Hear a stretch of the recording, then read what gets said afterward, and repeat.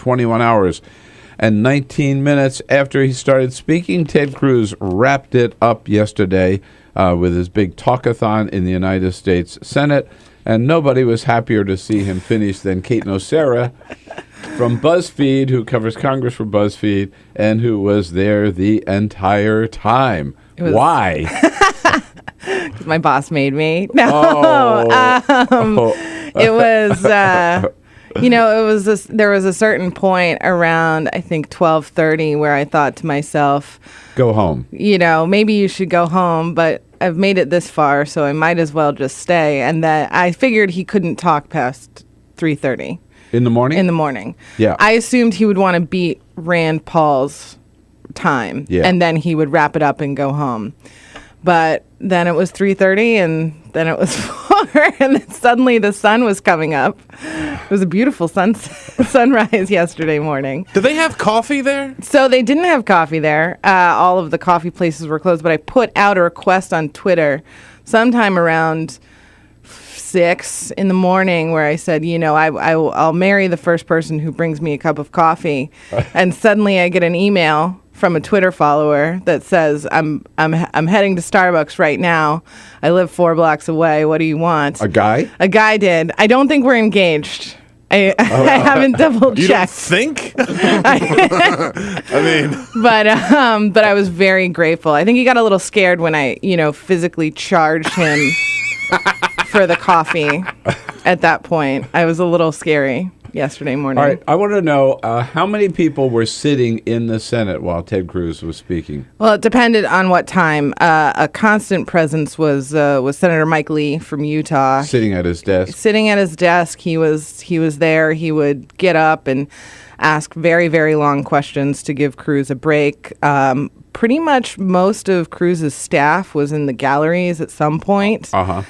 And then, of course, there are the pages that are there to assist on the floor, the guards, and whatever poor Democratic senator is in charge of presiding over the floor at that time. They had 2-hour shifts, and you could just see the forlorn look in their faces as they entered the Senate and had to sit there for 2 hours. Only Senator Tim Kaine from Virginia, I don't know if you know, but he was actually very engaged and paid a lot of attention to when Cruz was talking. And so when his shift ended around midnight, he got up and started asking Cruz questions about it. It was pretty incredible. Well, I thought the highlight of of Senator Cruz's comments were the exchange that he had with Mike Lee? Yeah, Mike Lee. With Mike Lee over the Panama hat.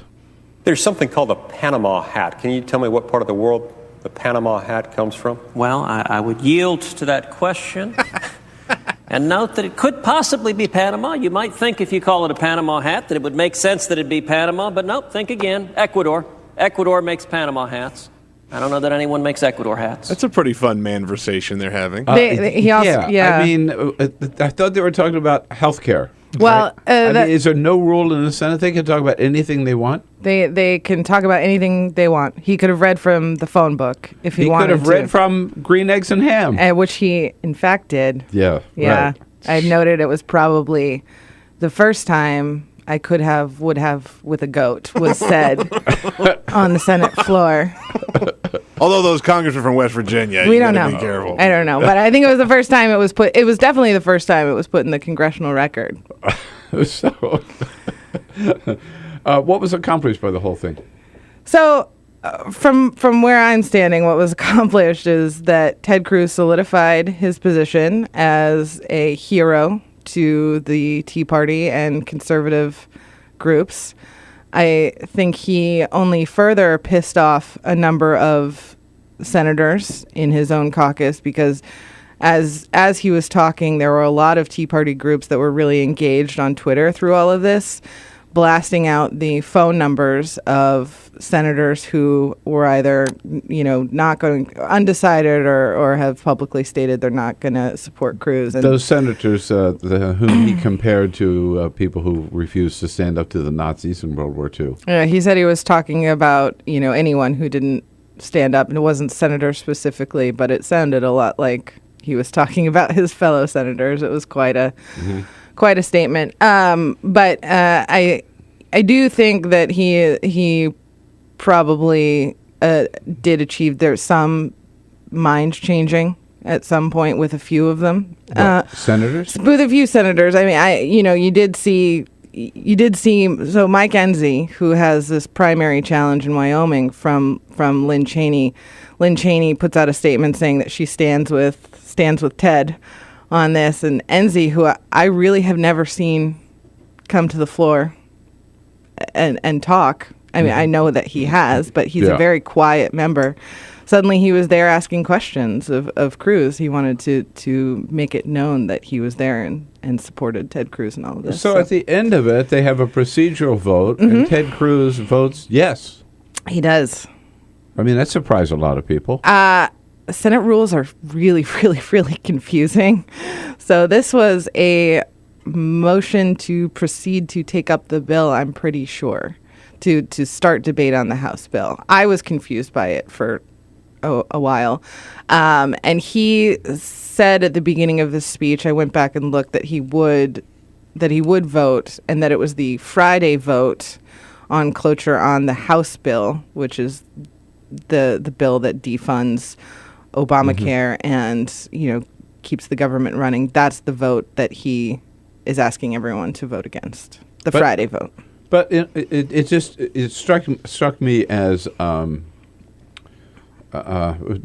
just confusing, right? Yeah. But contradictory, because he was opposed to the process, the procedure whereby the Senate could strip this out. So by opening the debate, he in effect was voting to open the procedure where he's going to lose. At around noon yesterday, after staying up, I mean, yes, it was confusing for a lot of us, because all we had heard him said for the last 21 hours is vote no on cloture, vote no on cloture.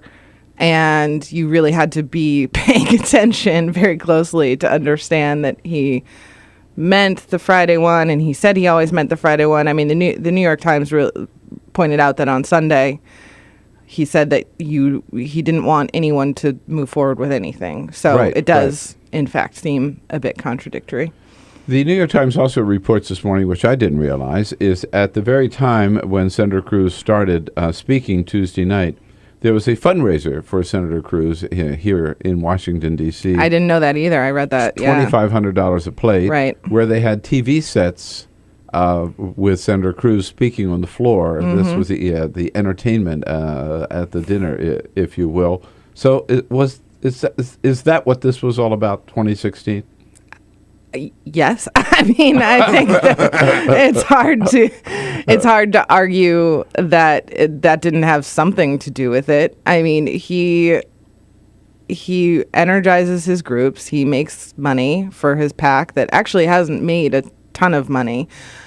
He raises more money for the Senate Conservatives Fund. But he can make some cash off of this. Right. So to condense that 21 hours into a digestible little piece of information, yes, tyranny, yes, Obamacare, let's get rid of it all. Meanwhile, I got to get paid. he has to, I mean, I think that it certainly raised his profile, and he needed my story. I sort of looked at the Rand filibuster versus because I spent a lot of time with Rand when he was talking, and the difference between the two is the Rand filibuster was so organic, and drone policy is sort of above a partisan. It's a nonpartisan that liberals agreed with him on a lot of what he was saying. Yeah, I thought it was great. Yeah. And he didn't know that he was going to be talking for as long as he did. He saw a moment where he would be able to filibuster. Cruz planned this out. He went to Harry Reid on Monday and said, I need to talk. I need to talk, and I need to talk for a long time. When can I do that? And Reid gave him a time because he knew the vote was locked in. The vote was going to happen no matter what. No one objected.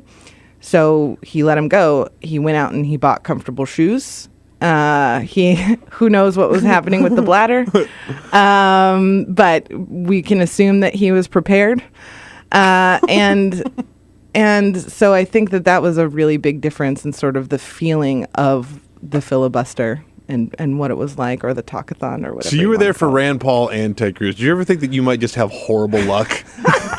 I was also there during the fiscal cliff on New Year's Eve until 2:30 in the morning. Oh, man. Those couches in the Senate are really comfortable. Thank God.